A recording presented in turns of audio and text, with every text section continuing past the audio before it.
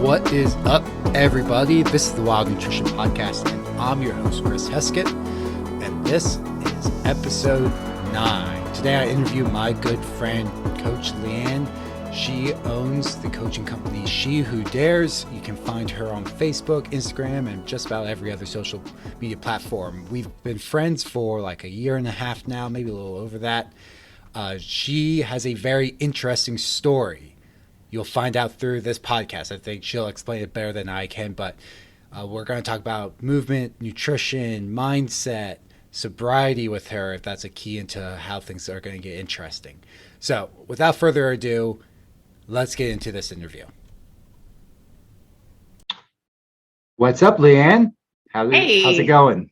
Good. All right. So tell us a little bit about you and your story. Oh boy. Okay. So my story, you never know like where to start, like what's too much information and what's just the right. You have quite the story. I will say that. So just so the audience knows, we met through a business mentor like a year and a half ago. So, and you were starting off your online coaching business, and you have quite the story. So you can kind of pick where you want to start. I'm sure other aspects of your story, which kind of makes up your brand, will come out later in the episode. Yeah. There's really no shying away from it. I'm kind of an open book. So the start of it, let's just jump into it. My mom, I've always come from a healthy family background. Like my mom was a very healthy nurse. I come from a medical family. So she used to do things like trick me and call yogurt pudding, right? It was pudding until I went over to somebody's house and they actually gave me pudding. I was like, this is not what my mom gives me. So I had a healthy upbringing, but then once I got into my 20s, I did completely the opposite. You know, I totally rebelled and ate all the fast food, and I ended up dancing. So I was a showgirl at the Great Alaskan Bush Company up in Alaska, and that was so much fun. I absolutely loved doing it. I enjoyed my 20s, but I also did not take care of myself. Like I was not the best version of me that I definitely could have been. Okay. So fast forward 10 years of doing that, I decided that it was time for a change. I was ready to start a family. I was ready to settle down. I met my husband, and that's the kind of the route that we went. So I became a mom. Like I knew from the beginning that I wanted to be a stay-at-home mom, that I wanted to be super invested. My mom was is a baby boomer. She worked really, really hard. That's their love language, was working really hard, but they weren't really around as much. So I knew that was really important to me with my kids. Got it. That's where I started with kid number 1. And then after kid number 1, I joined the company that I eventually became employed with. I joined a program called Fit for Mom. So we were working out with the babies in the strollers, kind of just doing a little bit of this, but it was more for me commodity, getting out and meeting new people, because I had left that dancing industry and I needed to find healthier options. Yes. Right. So that's what I did. And then the weight really just kind of stayed. And then I got pregnant with kid number 2. And after kid number 2, I was like, okay, I'm going to be a marathon runner. Like I'm going to run, Forrest, run. And that's what everybody does, right? Like we run until we die and then we get super skinny. I feel like so many people go that route. Like I want to get in shape, so I'm going to run a marathon. Right. Like the extreme. Run, Forrest, run. And I don't half-ass anything, part of my language, but I'm not a half person. You can curse here. Okay. So I do everything to the full. And then when my body started yelling at me, I didn't listen to it. I reverted back to like, you had children, like you can run, you like ignore that pain that's yelling at you, until the pain kind of became debilitating and I no longer could run. Yeah. So then my dreams were crushed. I thought that I was just going to be overweight for the rest of my life, because if I can't run, I won't be able to lose weight. Like I don't know any other way around it. That's all my knowledge was at the time. So I tried also I was doing like still running through the pain. trying all these things to help with the pain. Then eventually started the diet pills because the running wasn't working. 2 hours of cardio a day wasn't working. I don't understand why it's not working.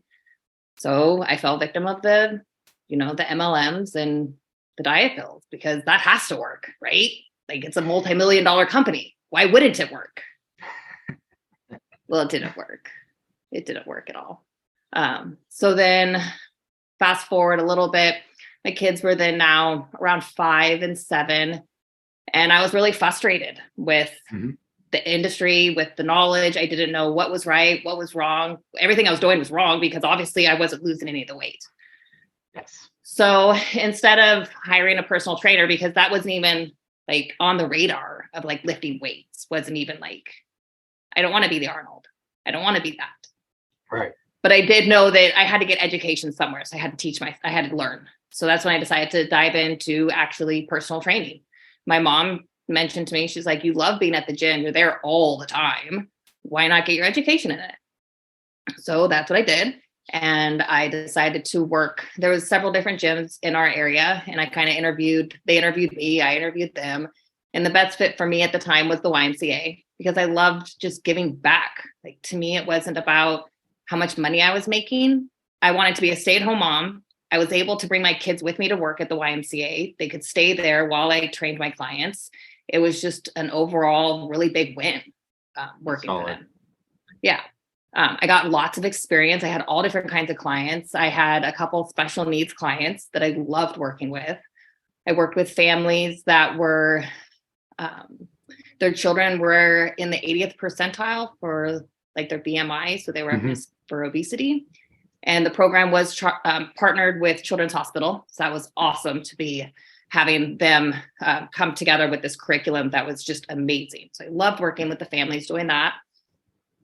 But then at some point, working for the YMCA was just being really stretched, really thin, kind of doing a lot. And then the lockdowns happened in 2020. And I knew that I wanted to continue my education. So I got my precision nutrition because I had the fitness part of it down.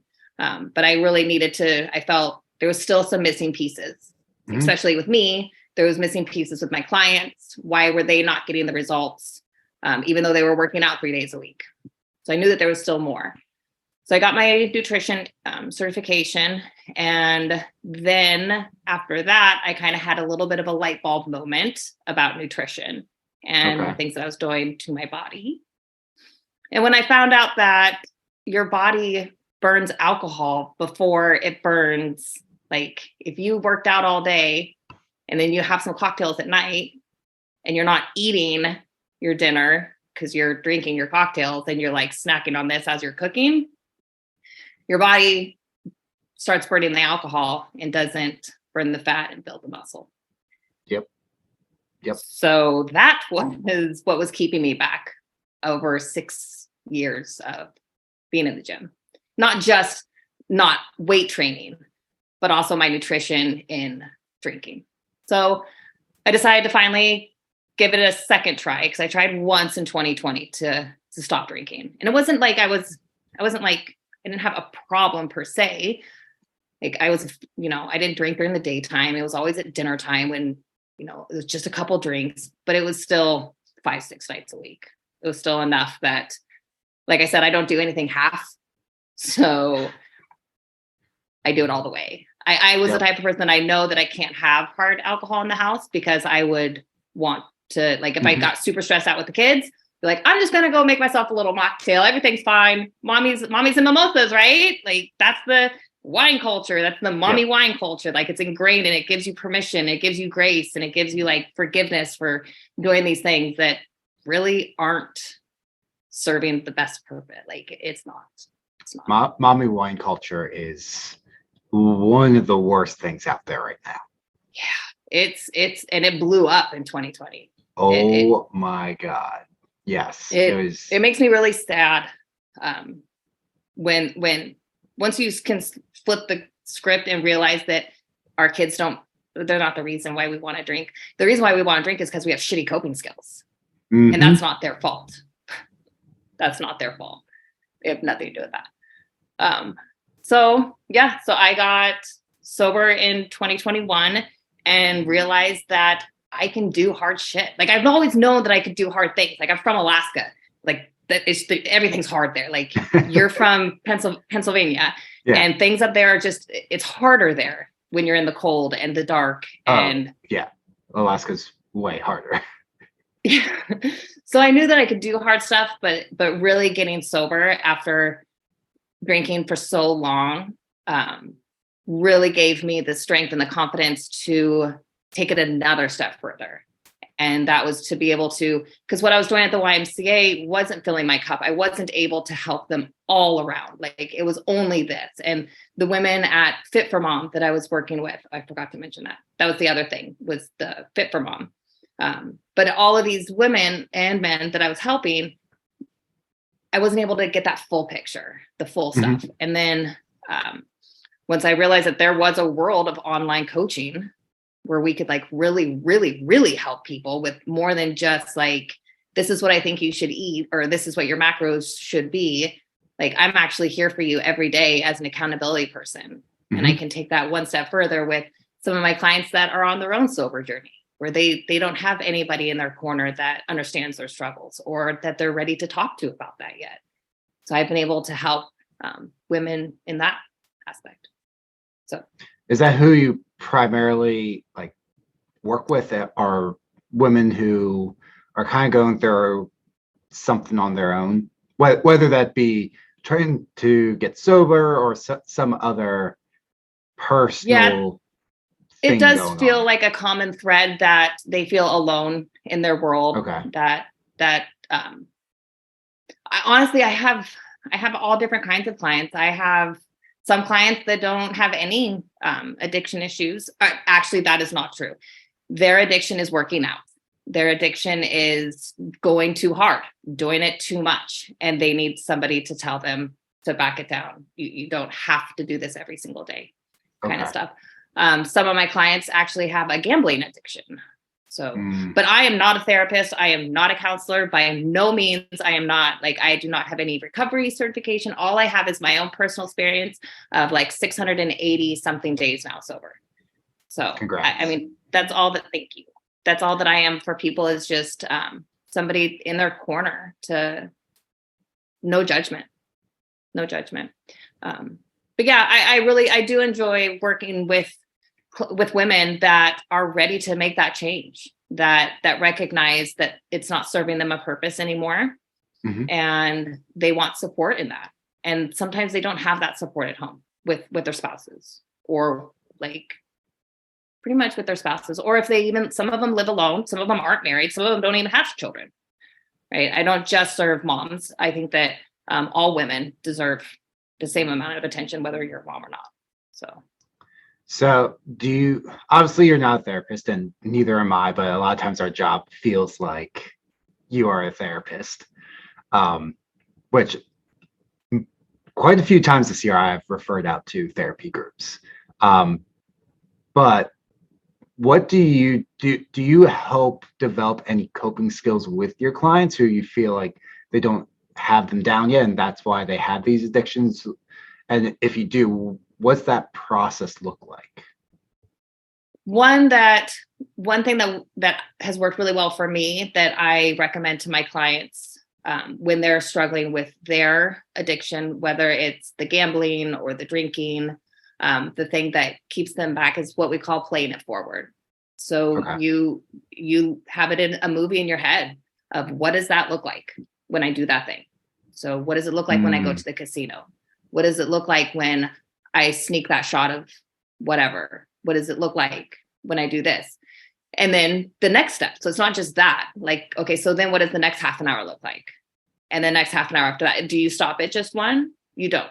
We know you don't, because if you did, we wouldn't be here. So you have that second one. And then what does that look like? And then that third one. And then by the time you play it so far forward and you're like, yeah, it doesn't look like it did, like the feeling, the craving, the desire, the want, your brain saying, I need this dopamine, I need this rush, I need this hit. If you can look at get past that for 2 seconds and play that movie in your head of what that looked like, especially the worst time that it happened. Like, did you get into a fight with your spouse? Did you get in a fight with your child? Did you get in a fight with somebody that you cared about? Right? Were you really hard on yourself? Did it put you through a downward spiral that took you weeks to get out of? Do you want to go through that again? Is it worth it? And making that choice. So playing it forward in their head. And I've had a lot of clients say that that's really helped them. It helped me, but it's also helped them a lot too. I like that. Just play it forward. See, like you said, what does that look like? And it's not saying no, but you are making that decision. Like, hey, if I do this, because I know, like I drink. I know, like if I have a drink, I'm not going to have one. Generally, it's going to be two drinks at least. So I like that. I know that about myself personally. Like it's either none or it's two. It's never one. And I'm sure that many of your clients and many people listening can also relate to that. Like I've known people where they're like, yeah, I just had like one glass of wine. I'm like, I don't like no. I'm not that person. No. I can't just have wine. I can't just have one. I mean, yeah, I can stop. Like I've had like a drink early on, like 2 drinks early on in the night, and then stop drinking and stuff. But it's always like it's never just one drink. Yeah, nope. I'm not good at one, and I was never a good sipper. Like having the whiskey and just sipping the whiskey. I never drank for the flavor. Like I drank for the effect, just like coffee. I don't drink really for the like straight up coffee. If you have to add a whole bunch of shit to it, then you don't like the flavor of coffee. You're not drinking coffee anymore. Speaking which, I have straight espresso here. There you go. So yeah, we drink the things for the effect. The flavor is sometimes the bonus, but that wasn't my jam. Like I was just a straight shooter. I never had like fruity, fluffy fun. No, just the waste of space. It's awful. I can sip, but it's still like so I used to do like, oh, I'll sip, and that slowed me down. It did for a while. And I'm sure like if this is you listening, you might be able to relate, or you might be thinking of this process like, oh, this might be a good idea. So I like a good whiskey. I like brandy, cognac, even like really good rums and sip on it. But that only lasts so long until you get used to sipping on it. And then it goes down much faster. It's like, wait, that used to take me 30 minutes to drink. And now it's like, this was a bad plan. Yeah. Or you start with I used to really like warmed Grand Marnier, just in a sipper warm. And those were really nice to have like 2 of those. But after the 2, I was like, all right, can I get a margarita now? Like triple shots, like now, like that warmed me up. But now let's get to like the real stuff. Yeah. It wasn't just going to be those 2. Okay. So I like that because that can work whether you have an addiction or not. If you're thinking of like, should I eat this thing? Like going to the pantry and grabbing snacks, like you can play it forward. And even though it's not an addiction, it's like, I know I'm going to feel guilty 30 minutes after eating this. And then I'm going to feel sluggish because I'm going to get a sugar crash. Then I'm probably going to need some sort of coffee or something, or I'm just not going to feel great for my workout later on. And I could see how that would be a really helpful, like just skill to have, regardless of whether it's drinking or gambling or Snickers. Right. Because two things will happen. Either you're going to be completely honest with yourself, and you're going to be, this is exactly what is going to happen. Because if you're going to lie to yourself and do the opposite, then it's more like you're convincing yourself that you're not going to do those things. And maybe that's an option this time. Like maybe you are going to pump yourself up and you are only going to really have that one drink because you told yourself, because we're the writer of our story, right? We always say that we're our own narrator. We get to choose our story. So when we play that story on our head, either we're really honest and we pick the worst case scenario and that is what happens, or we lie to ourselves, or we're convincing ourselves. So we're not lying. We're trying to convince ourselves that that's not how the movie really looks. Mm-hmm. But then maybe you do, like maybe you do only eat that thing and you do keep it in control. So that was a win that time. So it doesn't have to be, it's not always a loss, right? It can be a win Right. too, where we Right. can plan it out, can be like, okay, this is what it usually looks like. And it's really shitty, but this is what it could look like. Yeah. And I'm going to try and do it this way. Yep. Does that make sense? Yeah. That's when you were describing, I'm like, I like that because you're making you know how that movie plays out in your head, because it's probably played out a million times before like this. And you Right. now are making a choice of like, I can either go by eating this, I can either go down this path or whatever the thing is. I can either go down that path, I can avoid it completely, or I can go somewhere in the middle of like, this time I'm actually like, say it's Snickers. I'm actually only going to have one. I'm going to be satisfied, and I'm going Snickers satisfies. Don't copyright me on that, Spotify. But you can have just that piece, and then it's like a whole new path. So, but Right. you at least played it out like it's not Mhm. it's not a skill like some of these like coping skills and stuff. It's like, this is how to avoid this thing completely. This is just Right. like, no, here's your choices. Right. Yep. And you have ownership, and we have choices every day, every hour, every minute. Yes. Yeah. Yep. And so that would help develop personal responsibility, and a lot of other really important skills for ending up reaching your end goals. Yeah, for sure. It does. Yeah. Awesome. So you have what other kinds of clients do you generally work with? So I have a handful of men that I will work with, Okay. but only super dedicated men. Like, men are hard to work with, especially the female to male relationship can be Yes. very interesting, right? Because I was, a dancer for 10 years, and I don't shy away from that. I still do. I go into our town. They have a studio that has poles, and I use that as my mental health. I really enjoy that. But I also have to make sure that there's a definite line that that's not crossed. Like, I don't do that anymore. Right. Yep. So if you're a man and you want to be a client, it's strictly like that. I am your coach. Very professional. It is very, very professional, but I do enjoy working with men, and I do enjoy working with men that are in the military or that were ex-military. Because I was in the military. I didn't really put that in my bio because it was such a short time before pre 9/11. I was in during 9/11, and then I got out. Unfortunately, me in the military didn't work out because I got heat exhaustion too many times down in Texas. I wanted to be security forces, but my body said, no, you're an Alaskan. Get your butt back up to Alaska and file some paperwork. So, but I really do. I like working because, like I said, I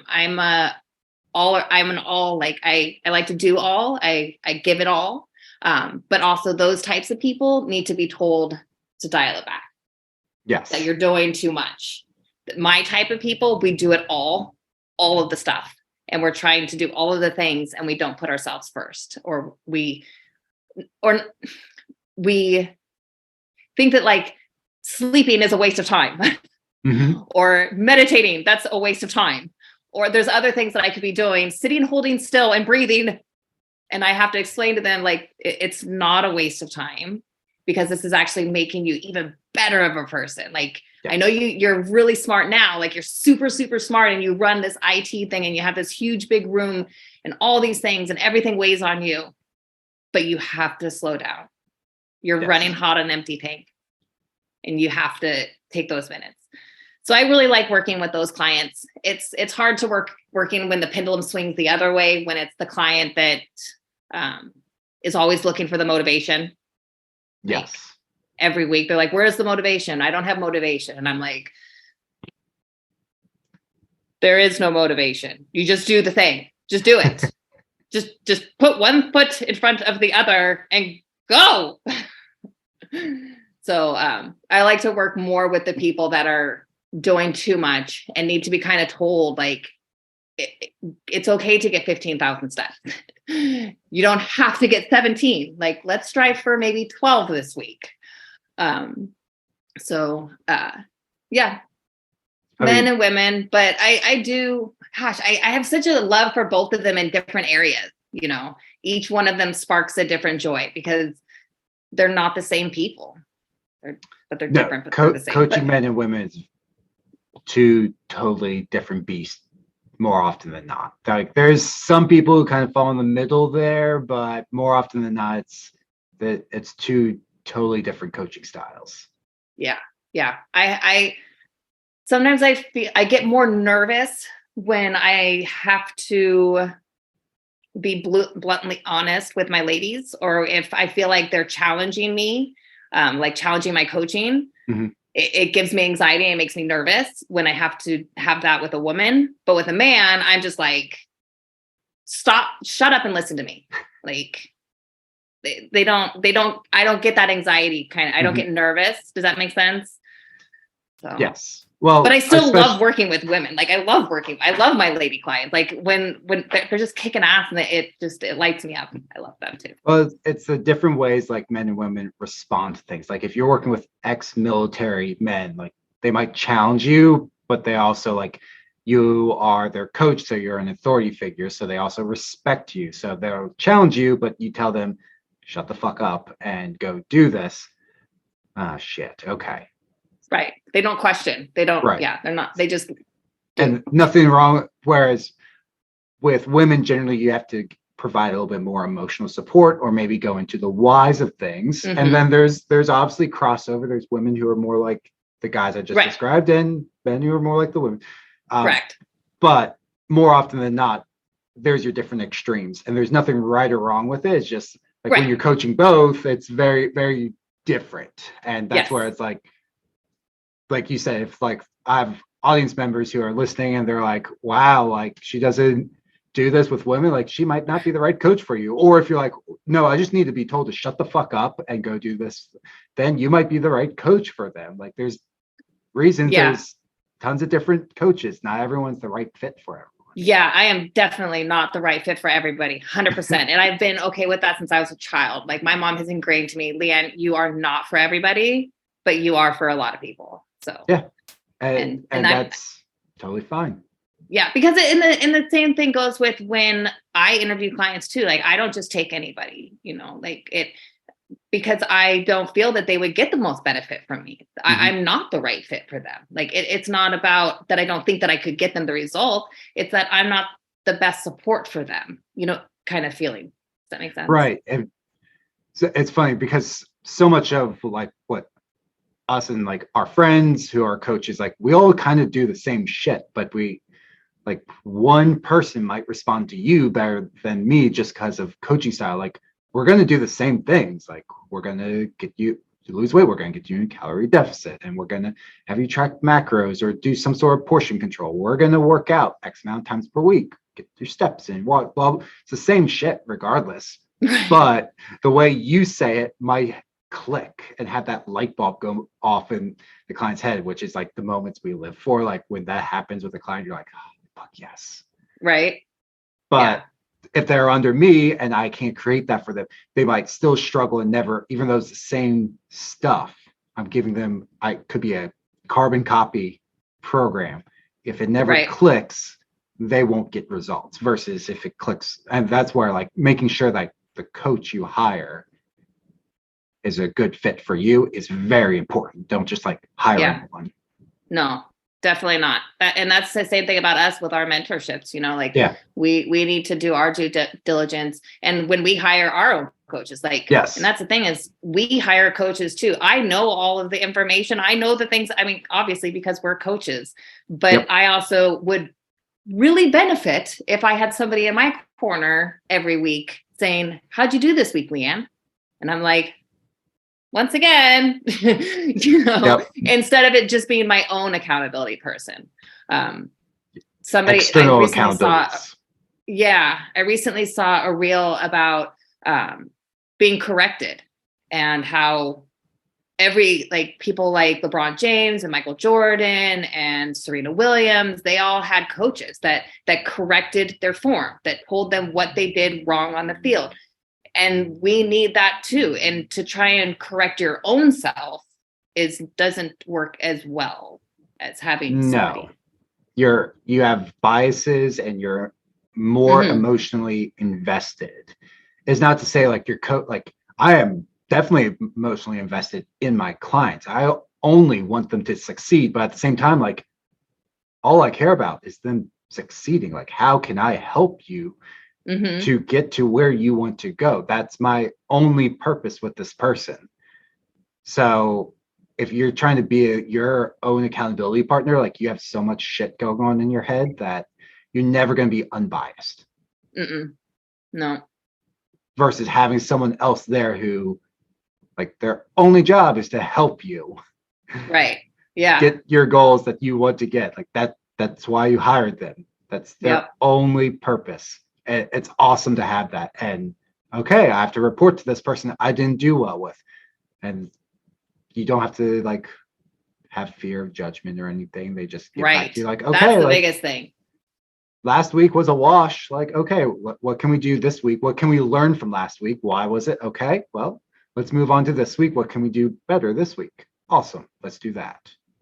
I think that's really important to have a coach that you can be authentically honest with. That's not going to judge you. That's because our lives are messy. They're not just checking off boxes and they're not super clean. Like our lives are messy. And to be able to have a coach that's not going to judge you for that. And that's just going to be in your corner and say, oh, yep, well, that was a shitty week. All right, let's move forward. Let's do. Okay. So how can we, if that were to happen again, what can we do differently the next time it rolls around? Because odds are it's probably going to happen again.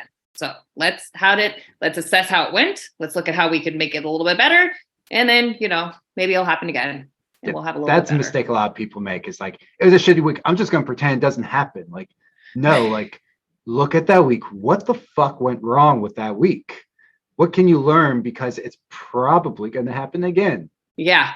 Yeah. Oh yeah. Putting blinders on does not, and looking at it as data, not judgment. It's not a pass or a fail. And that's sometimes what my clients struggle with is that perfection. They want perfection. It has to be perfect. And I have to say, it's not about perfection. It's not, we don't, it's just, let's look at, but we can't turn our blind eye to it. You didn't fail. It wasn't a fail because there's so much data that we can gain from this. So that's the win, is that we gain the data from it. And let's dissect what that data looks like.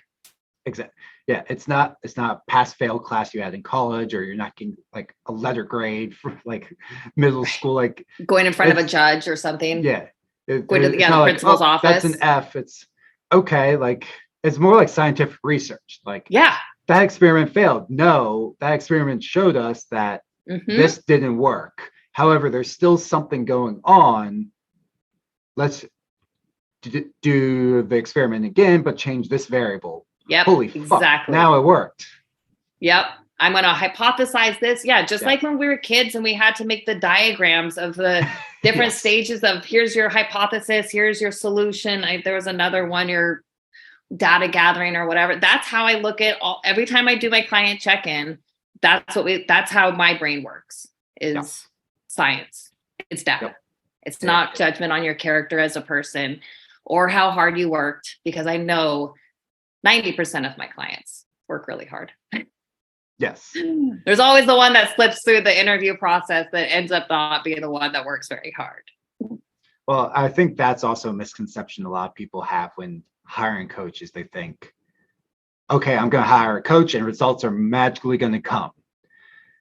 And no matter what your coach is, that's never going to, it's always going to be work on your end. Your coach is just there to guide you so you don't waste time working hard on things that won't get you results. Like, that's the worst. Your coach is just there to be like, yeah, don't do that.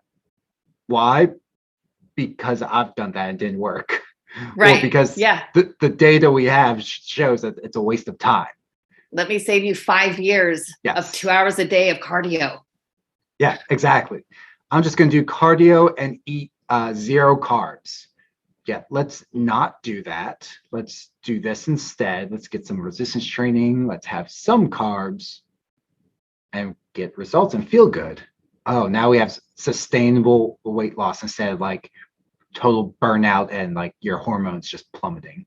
Oh, yeah. Yep. I thought that having your morning shake, your fruits and vegetable smoothie with your chia seeds and flax seeds and spirulina, for breakfast was super, and then having a tiny lunch and then making everybody dinner and just eating off of everybody's plates and drinking my drinks. Yeah. That doesn't work. That doesn't. It doesn't work. Fortunately, I'm seeing less of that out there, but it's still out there. Oh yeah. There's some of my clients, they also have to have, unfortunately, to the baby boomer generation and their diet culture with the Suzanne Summers, the exercising, the cabbage soup diets, just the things that their parents made them do. And now here we are in our 40s and we're like, but my mom told me I should have cabbage soup and that's how we lost weight and run all the time. It's like unlearning these horrible 1980s, 90s, awful. I mean, the men got it down right, but the women, they just like, if we would have just done what the men were doing, it'd just been lifting weights this whole time. Like my mom, actually, she went to the Gold's Gym. My mom was not a cardio bunny. She used to lift weights, and I don't know how I missed that. Well, that's like the difference between like the women's health magazines and the men. Women's health magazines have this salad and one hard-boiled egg for lunch. Men's magazine, eat a 12-ounce ribeye, a baked potato, and a cup of blueberries because that's supposed to help your brain and give you a hard-on. Wait, what? What's the difference here? Why are we telling women to like starve themselves and men are like eat all this food? It's like it's way more than dope, but that's the difference. And to your point, I have someone that I've been good friends with for a long time. I've tried to help her many times with diet, but she has that 1980s mentality of like the low fat, but she also has like the early 2000s mentality of like no carbs. So then she comes to me and I give her diet. She's like, I can't eat that many carbs. So there's a point with coaching where you have to like work with where the client's at. So if those of you listening, if you've like, why is this person here and why is this person like this person's diet's different? Is that better? It's just like we're like working with where mentally a person's currently at.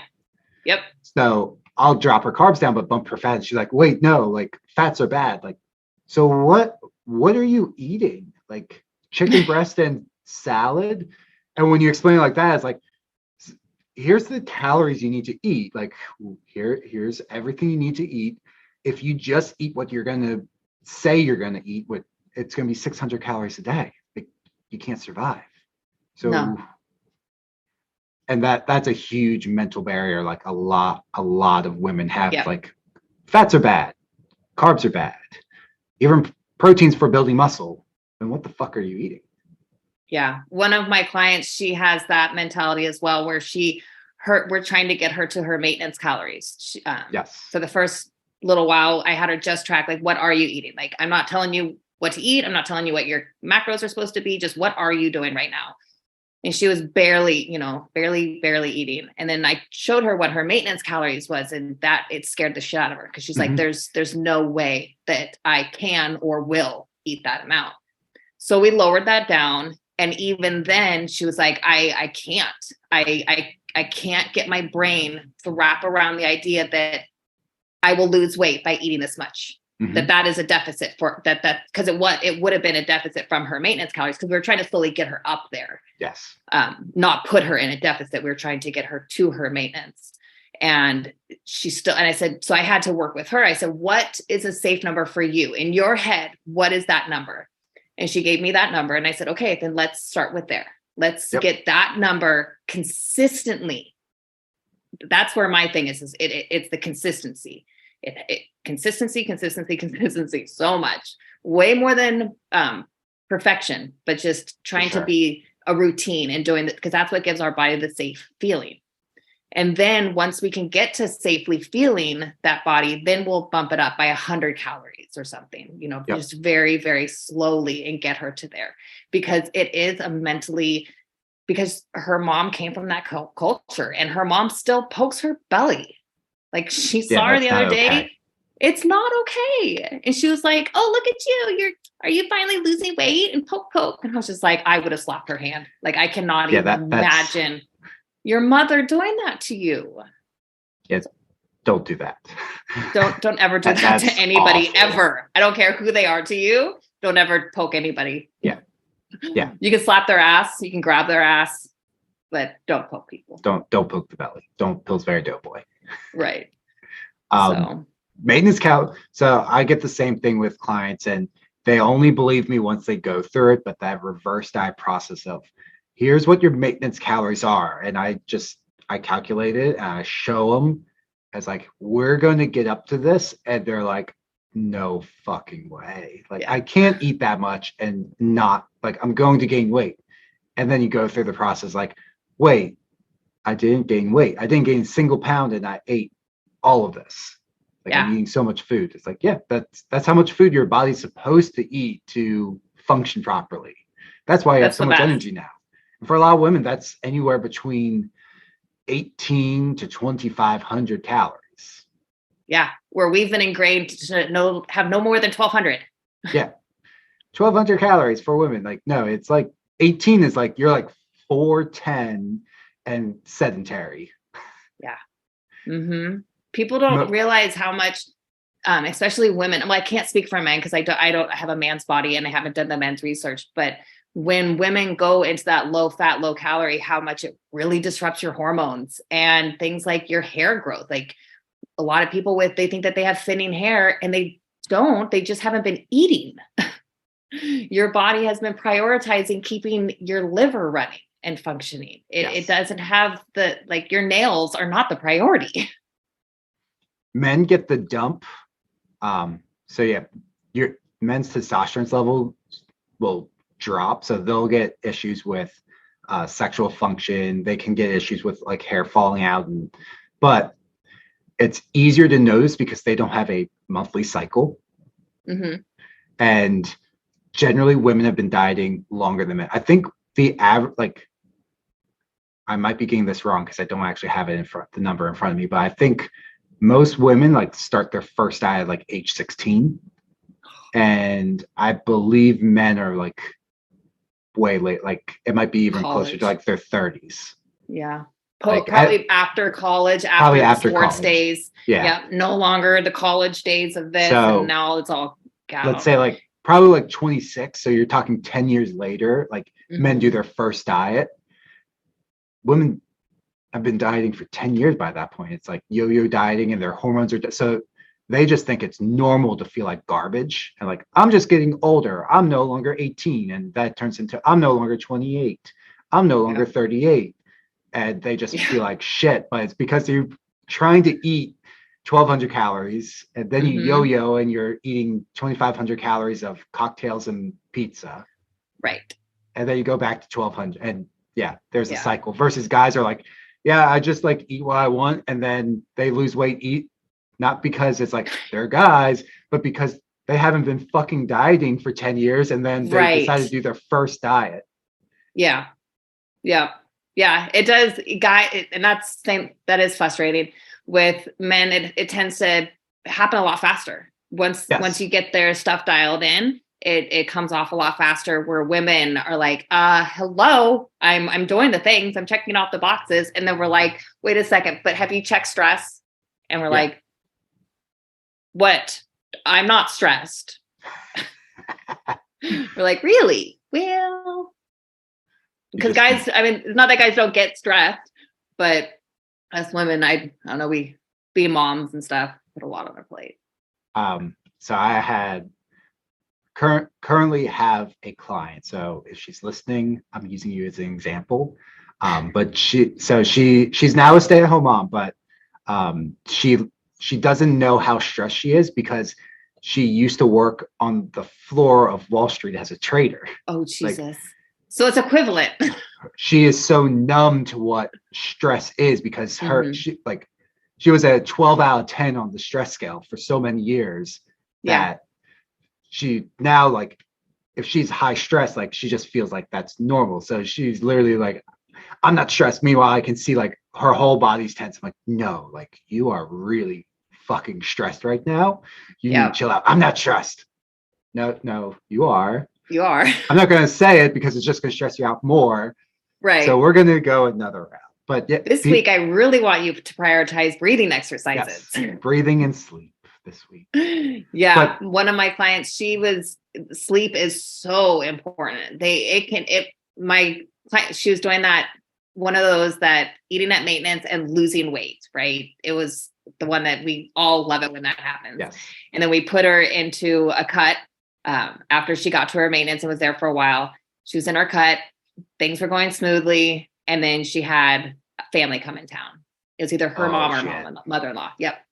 And she only changed her schedule by a little bit to get her workouts in. But she was getting around 45 minutes less of sleep. And between having the little bit less of sleep and having the mom in, everything else was perfect. Like all of her stuff was spot on. She's like super spot on everything. And getting her workouts in, getting steps in, but it was enough that less. And then once the mom left and I told her to prioritize the sleep again, started to go down again. Yep.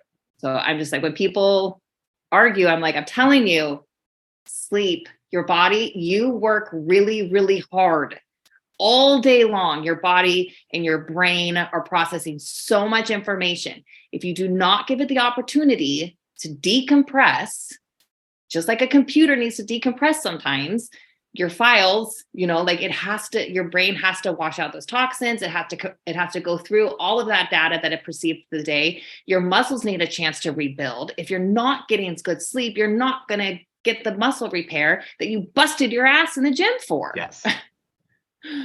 I'd rather that you only worked out for 45 minutes and got the extra 15 minutes of sleep than the extra 15 minutes of a busted ass workout. Does that make sense? Good quality sleep helps reduce stress. Lack of sleep is a stress. Yeah. There's no middle ground with sleep. It's either helping your body cope with stress or you're not getting enough and it's the actual stress you're adding to your stress. So pick your poison there. Mm-hmm. And I did a podcast with Dr. Kev, and he was saying, like, if you get 6 hours of sleep, you have a 80% higher chance of getting injured than if you get like 8 to 9 hours of sleep. Yeah. 80%. And I don't doubt it one bit. I tell my clients, I'm like minimum 7 hours and a half, 7:30. Like when you get 7:15, I'm like, Yep. And that's not just time in bed. Like I know it's such a pain in the ass to have to sleep with our devices. But I hate it too. But I love my Oura Ring and I love it's just, again, because it's data, because the time amount in bed isn't always the amount that you are sleeping. Correct. Yep. Yeah. And fun fact, I sleep eat. You sleep eat? Oh, that's fun. Yep. If I'm not aware and conscious and eat enough through the day, then at nighttime, when I toss and turn, I will wake up and eat handfuls of cashews or spoonfuls of peanut butter. And I've done it since my 20s. Mm-hmm. You brought up a point with sleep and detoxing your brain, which that was found out a couple years ago. They found, so anyone interested, I can try and find the research study and stuff on this, but your brain doesn't actually get rid of toxins during the day. It just kind of shuttles them off into these little channels, which open up for you to detox while you're sleeping. Mm-hmm. So it's kind of like you're putting all your trash into the trash can. And then when you go to sleep, that's where you put your trash can out, and then the garbage truck comes by and it actually empties it. Well, if you don't get enough sleep, that's like the garbage truck not coming by. So it's just like, or it's like the garbage truck kind of just like gets rid of like half of it and dragging the other pieces along. So it just keeps piling up, and it's actual toxins. So when we're saying detox, like it's not like we're saying the green drink detox. No, like this is your body's way to detox. So these are really nasty chemicals that can disrupt your normal brain function and even potentially kill your neurons. So, destroying your brain. Brain fog. Sleep. Yeah. So a lot of times people who stop drinking, we get what we call we come out of a brain fog. We come out of this fog because a lot of times we drink and we think that it helps our quality of sleep. Like I drink better when I have a couple drinks, or I sleep better when I have a couple drinks. But science has shown that your quality of sleep is not. I can't remember which one you don't hit, but you have your three. I believe you miss REM sleep. Okay. So you're not getting all of your garbage taken out, right? The whole thing's not taken out. So you're functioning through the day. Everything's fine, but you don't realize how much extra garbage that you're carrying around with you throughout the day until you have had, I don't know how many, I want to say it's 30 days or 40 days, but maybe it might be 2 weeks. It takes a while for alcohol to fully leave your brain and your body, especially if you are a chronic user, if you're drinking like say 5 days a week. It takes weeks for it to fully come out and to detox your brain. Yeah. And then all of a sudden you're like, wow, things are really bright around here.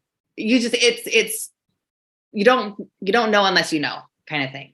It's mind blowing. And then that's one of the things that you play forward and you don't want to go back to being in that brain fog.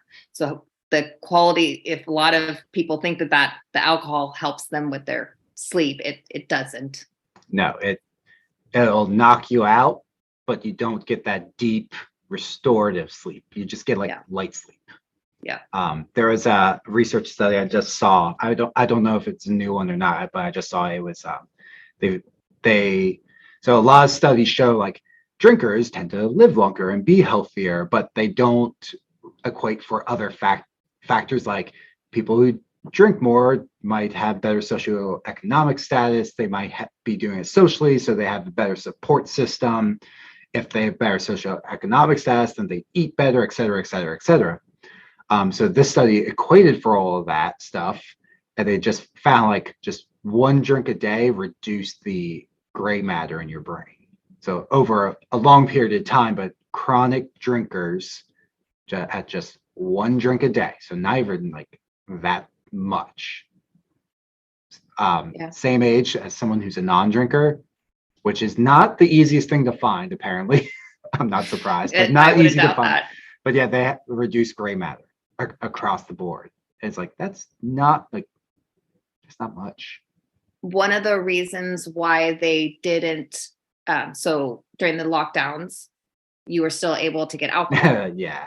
And you're able to all of a sudden buy alcohol at restaurants and drive home with alcohol. And that was a thing in a lot of places.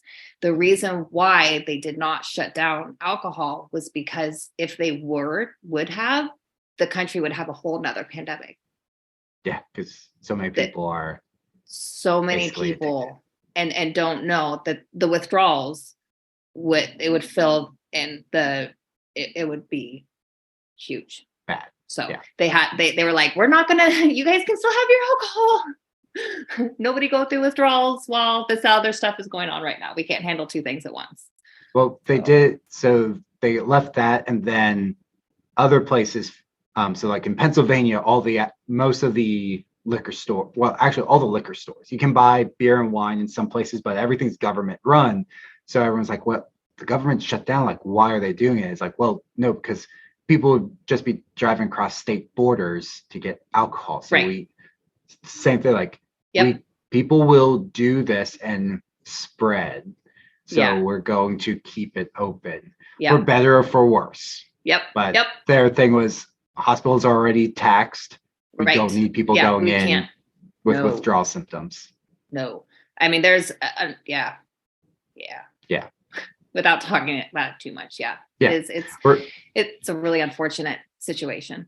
It is. But it's also like, if you're like listening in, you're like, holy shit, like I still drink. So there's a lot of negatives with it. So the poison's in the dose. So, yes. 100%. I envy the people that can just have a glass of wine. Like they do sip on it and it lasts them their whole meal and they enjoy the smell of it and the thing like that. Like, that's awesome that you have that skill. I do not. I don't. Some people will do better eliminating it completely. Other people, maybe it's just like on the weekends you drink, like Friday, Saturday, and Sunday, you have a couple drinks. Like it comes down like the dose makes the poison. So if you're drinking 3 drinks a night every single night of the week, that's a problem. An expensive problem because you're literally paying for poison. Yeah. Yeah. You can get really cheap at it. I mean, they got some cheap $2 9% beers out there. No. Have you seen, you probably haven't seen, but the newest thing going on, and it actually works, is putting cheap whiskey or vodka through like a Brita filter and makes it taste better. Like, wait, so taking like a Monarch, like a well whiskey. I forget what they use. It was bottom shelf though. It was, stuff like you're in college, and even in college, you're like, this stuff is good. We're going to be hungover tomorrow. But yeah, people are doing it. They're like, holy shit, it's actually drinking. So it's like, what shit is in that? That's so toxic. God, that's awful. Yeah. All right. Well, we have been going for an hour, so I'm not going to keep you too much longer here, but is there anything else you wanted to bring up today? I guess just if somebody is on the sober train and they do want to, that I encourage you to entertain that, to try and do the sober thing, even if it's try and do it for 30 days and then try and see if you can do it for 60 days and see if you can do it for a little bit longer. And if you don't have support out there, you're more than welcome to reach out to me and I'll support you in any way that I can. And where people are not alone. No. Find me. Yes, find you. Where can they find you at? You can find me on Instagram. It's Leighann. So my dad decided to spell it very uniquely and it's very inconvenient, but I guess now people will remember. So it's LEIGHANN.coach. And then on Facebook, it's just Leighann Hutchinson. And then I'm making a website. So it's going to be www.leighann.coach. There we go. Yeah. Nice. So just reach out in my DMs. Make sure if you're Instagramming, DM me, you keep it appropriate, or Instagram will put you in the inappropriate pile. Yeah, that's tough to find. And then you have a Facebook community as well, correct? Yes, I do. Oh gosh. It's now you're going to make me on the spot. You've had a few changes. I have. Your business has evolved. So it's Tone Forever Fat Loss Method for women over 30. It is a women only community. Sorry, men. It's not for you. It's just for women. So if you're a guy. Hit her up on Instagram. Hit the follow button. Women, you can do Instagram, or you can go join her Facebook community, which is free. Absolutely. You do 1 or 2 live trainings per week or more, maybe. We're doing one this week on road tripping because I am about to road trip to Minnesota from Washington. Right. In a diesel truck. Oh, that'll be fun. It's going to be amazing. And I'm meal prepping and I'm making sure that I have my creatine and my protein and all the things. Even though there's gas station, I'm going to make a little guide like how to make good choices when we go to the gas station. Okay. Nice. Yeah. There's times that when you're traveling, your spouse will be like, all right, we're going to go get breakfast. And then he pulls up to the gas station. He's like, here's breakfast. And you're like, okay, cool. Gas station breakfast. How am I going to hit my macros? All right. So make sure you guys go check out Leighann. And this is going to be coming out either probably early December. So if you guys are trying to do the dry January and you need some tips, it's definitely a person to hit up to help you through that process. Yes, you are not alone. You're not alone. We make mistakes, but we can be better. Definitely. Well, thank you for coming on, Leighann, and we'll definitely have to do this again. Awesome. Thank you.